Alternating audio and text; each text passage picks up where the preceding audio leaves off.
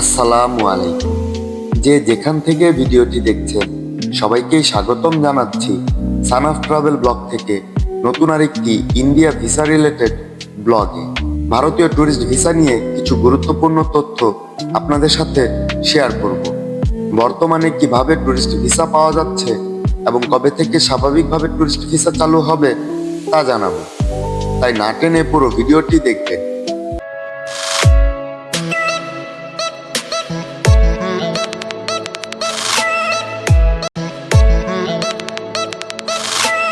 বর্তমানে কারা tourist visa পাচ্ছে এবং কিভাবে হচ্ছে ট্যুরিস্ট ভিসা তা বিস্তারিত জানাবো।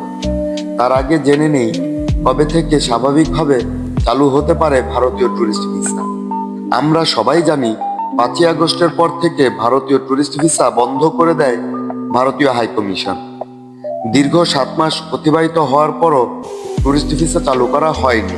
তবে বর্তমানে দুই দেশের সম্পর্ক কিছুটা স্বাভাবিক হয়েছে।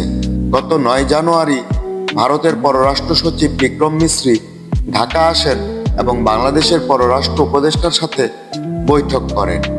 বৈঠকের পর মেডিকেল ভিসার স্লট বাড়লেও চালু হয়নি ভারতীয় ট্যুরিস্ট ভিসা। গত 20 জানুয়ারিতে ওমানের রাজধানী মাস্কটে বাংলাদেশের পররাষ্ট্র উপদেষ্টার সাথে ভারতীয় পররাষ্ট্রমন্ত্রীর বৈঠক হয়। সেই বৈঠকে দুই দেশের সম্পর্ক কিভাবে এগিয়ে নেওয়া যায় এবং ভিসা সংক্রান্ত জটিলতা নিয়ে বৈঠক হয়। বাংলাদেশের পররাষ্ট্র উপদেষ্টা ভারতের পররাষ্ট্রমন্ত্রী এস জয়শঙ্করকে ঢাকা আসার আমন্ত্রণ জানায়। সেই আমন্ত্রণ গ্রহণ করেন ভারতীয় পররাষ্ট্র মন্ত্রী। দুই দেশের এই দ্বিপাক্ষিক বৈঠক মার্চ মাসের প্রথম সপ্তাহেই অনুষ্ঠিত হবে। এবার আসি বর্তমানে কিভাবে ট্যুরিস্ট ভিসা হচ্ছে এবং কারা ট্যুরিস্ট ভিসা পাচ্ছে। বর্তমানে 2 ক্যাটাগরিতে ট্যুরিস্ট ভিসা হচ্ছে। প্রথম ক্যাটাগরি হলো যদি সচিব বা সচিব পর্যায়ের কোনো সরকারি কর্মকর্তা তার দপ্তরের প্যাডে কোনো ব্যক্তির নামে রিকমেন্ডেশন করে, তবে সেই ব্যক্তি ভারতীয় ট্যুরিস্ট ভিসা পাবে।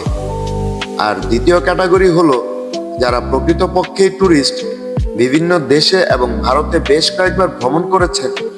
ভ্রমণ করতে করতে ভারতের কোনো হোটেল বা কোনো ব্যক্তির সাথে ভালো সম্পর্ক হয়েছে, এমন কোনো ভারতীয় নাগরিক যদি ইনভাইটেশন লেটার পাঠায় তাহলে সেই ব্যক্তি ট্যুরিস্ট ভিসা পাবে। মার্চ মাসের প্রথম সপ্তাহেই অনুষ্ঠিত হবে বাংলাদেশ ও ভারতের দ্বিপাক্ষিক বৈঠক। আশা করা যাচ্ছে এই দ্বিপাক্ষিক বৈঠকে ভালো কিছু হবে। বর্তমানে মেডিকেল ভিসা অনেকটাই স্বাভাবিক হয়েছে। অনেকেই এখন মেডিকেল ভিসা পাচ্ছে। তবে দালাল চক্র থেকে সাবধান। অরিজিনাল ডকুমেন্ট দিয়ে নিজেই আবেদন করুন। আর যদি কারো সাহায্য নিতে হয় তবে ভালো কোনো মিডিয়ার সাহায্য নিতে পারেন। আবেদনপত্রে অবশ্যই আপনার নিজের মোবাইল নাম্বারটি ব্যবহার করবেন। আজ এই পর্যন্তই। আবার নতুন কোনো আপডেট পেলে অবশ্যই আপনাদের সাথে শেয়ার করব। ততক্ষণ পর্যন্ত ভালো থাকুন, সুস্থ থাকুন। আসসালামু আলাইকুম।